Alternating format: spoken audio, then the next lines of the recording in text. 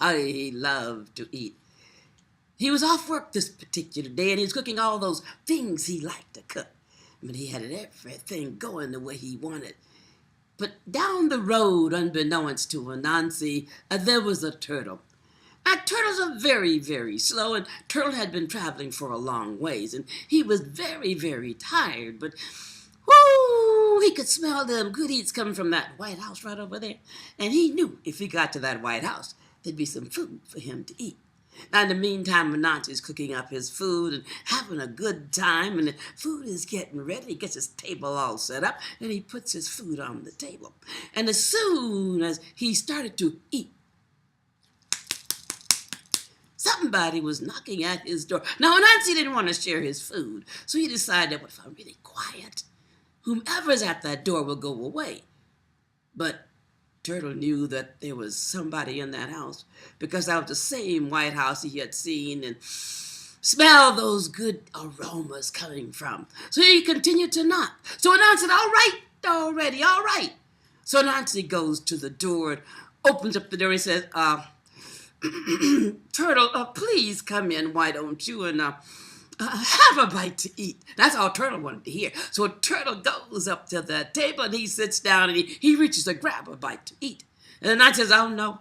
No. Turtle, you can't do that. Now, Turtle wanted to know why. He says, Turtle, look at your hands. You've got dust and dirt all over your hands. So go right over there to the river and wash your hands.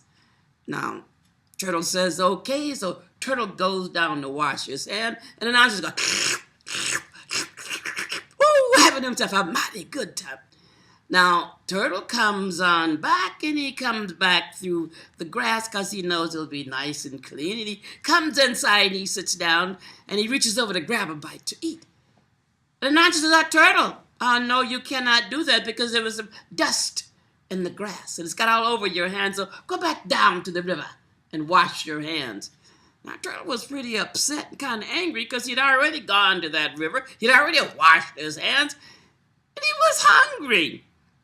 But when you're in somebody else's home, you must be polite. So Turtle gets up, and he goes down to the river, and he washes his hand. In the meantime, and I just, woo, having himself a mighty good time.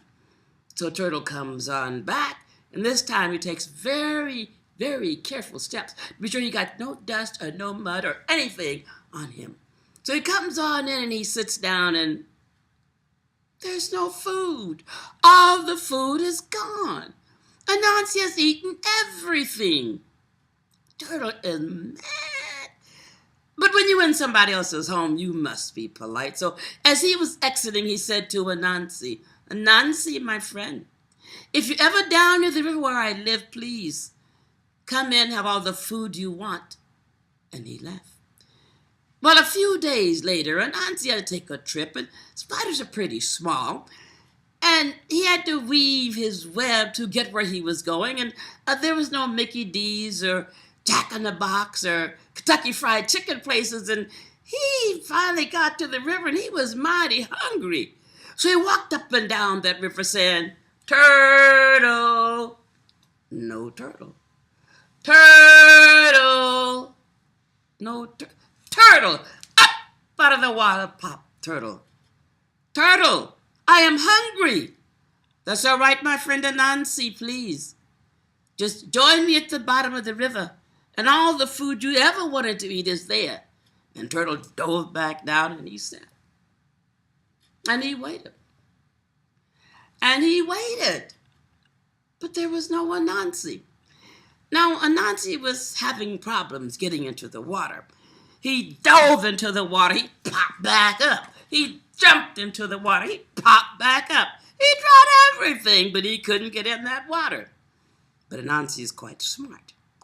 There were rocks along that river, and he had a jacket that had pockets in it. So he put a rock in his pocket, and a rock in his pocket, and a rock in his pocket, and soon he was sitting at that table with Turtle. All the food, everything that Anansi had wanted to eat was right there.